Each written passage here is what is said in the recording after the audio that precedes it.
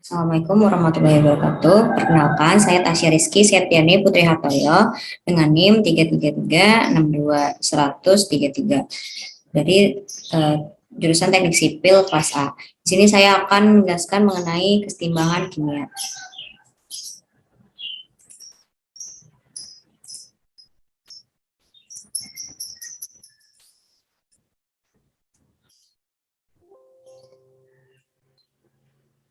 Kesetimbangan kimia.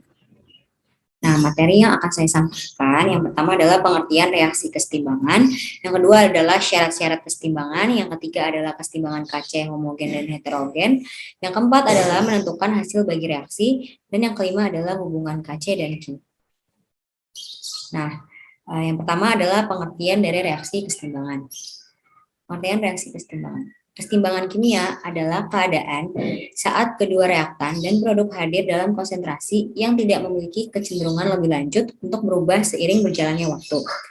Nah, kesetimbangan kimia terjadi pada reaksi kimia yang reversibel. Reaksi reversibel itu adalah reaksi yang dimana produk reaksi bisa bereaksi balik menyusun reaktan. Kesetimbangan kimia itu akan tercapai saat laju reaksi maju sama dengan laju reaksi balik dan fokus dari reaktan-reaktan serta sekian banyak produk-produk tidak berubah lagi. Nah, yang kedua itu ada syarat-syarat kesetimbangan. Yang pertama adalah reaksi bolak-balik. Artinya bahwa secara mikroskopik reaksi berlangsung secara terus-menerus dalam dua arah dan akan hadir dalam laju yang sama. Yang kedua itu dia harus dinamis. Suatu reaksi yang bisa dikatakan sebagai suatu reaksi yang seimbang dan akan mencapai berbagai taraf-taraf kesetimbangan jika suatu reaksi itu berbaliknya bisa dengan mudah terjadi secara bersamaan. Nah, yang terakhir adalah dilakukan dalam suatu sistem yang tertutup. Sistem yang tertutup ini ialah suatu sistem reaksi kimia di mana berbagai zat yang memiliki suatu reaksi tidak akan meninggalkan suatu sistem. Lalu ada konsentrasi Kc. Nah, di sini kita akan menentukan tetapan kesetimbangan berdasarkan konsentrasi Kc homogen dan heterogen. Konsentrasi Kc itu dibagi menjadi homogen dan heterogen. Jika homogen, kesetimbangan kimia yang di dalamnya terdapat satu wujud zat saja, misalnya seperti gas atau larutan. Jika heterogen, berarti kesetimbangan kimia yang di dalamnya terdapat berbagai macam wujud zat.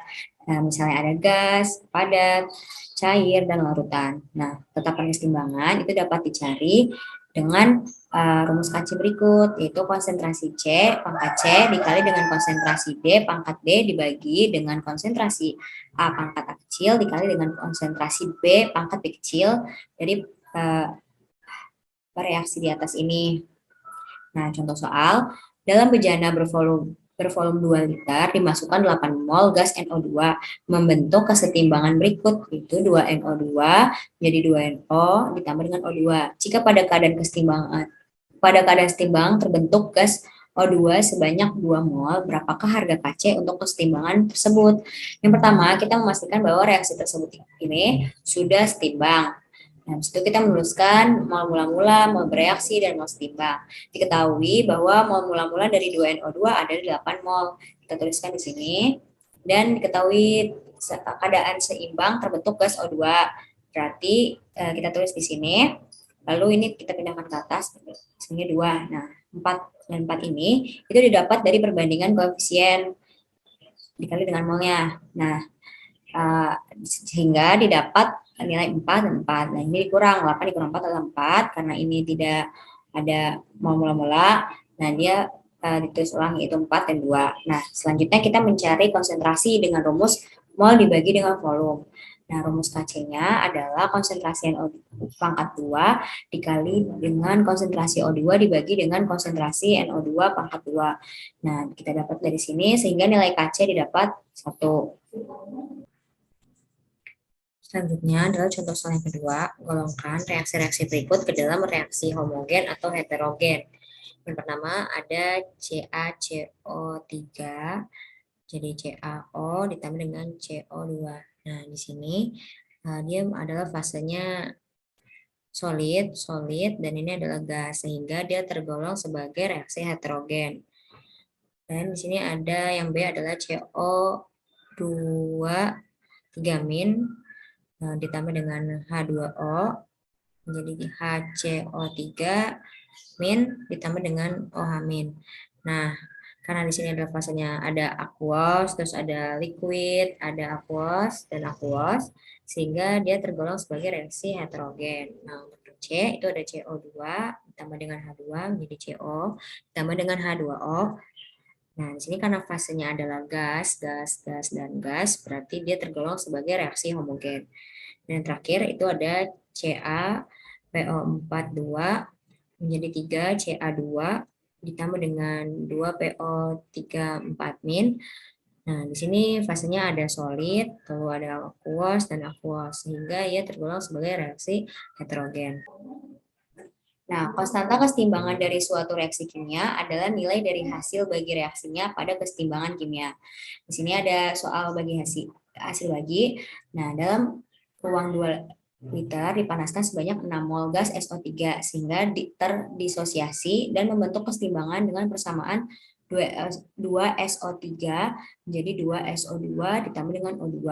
Jika dalam kesetimbangan terdapat gas SO3 dan O2 dalam jumlah mol yang sama, harga tetapan kesetimbangan gasnya adalah yang pertama kita tuliskan dulu reaksinya, habis itu kita pastikan bahwa reaksi tersebut sudah setimbang, lalu menuliskan MBS atau mula-mula bereaksi setimbang. Diketahui bahwa mol mula-mula dari SO3 adalah 6 mol, sehingga kita tuliskan. Nah, karena sudah tidak ada yang diketahui lagi, maka kita misalkan nilai setimbang ini adalah X mol.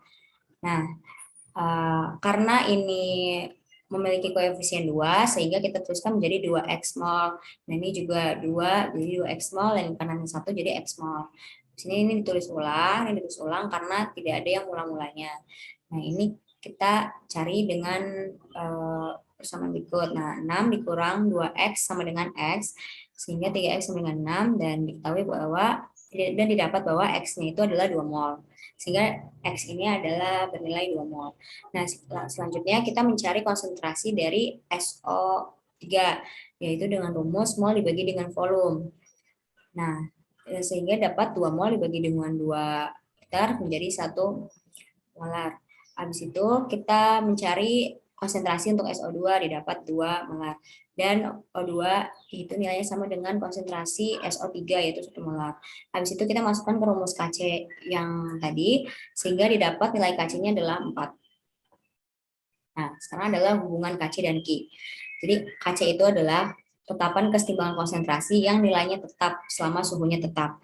Kalau nilai Ki adalah nilai yang bentuk persamaannya sama dengan konstanta kesetimbangan atau Kc. Nah, dengan mengetahui nilai Kc dan Kc, dapat diketahui apakah reaksi telah mencapai kesetimbangan atau belum. Nah, di sini ada hubungan Kc dan Ki. Maka nilai koefisien reaksi, nah, yang pertama itu adalah jika Ki sama dengan Ki sama dengan Kc berarti reaksinya setimbang. Jika Q lebih kecil dari Kc, maka berarti reaksi spontan itu berlangsung ke kanan sampai setimbang. Kalau Q lebih besar daripada Kc berarti reaksi spontan berlangsung ke kiri sampai setimbang. Nah, rumus Kc itu sama dengan rumus Kc tadi. Ya, terima kasih. Itu saja materi yang dapat saya sampaikan. Kurang lebih mohon maaf. Wassalamualaikum warahmatullahi wabarakatuh.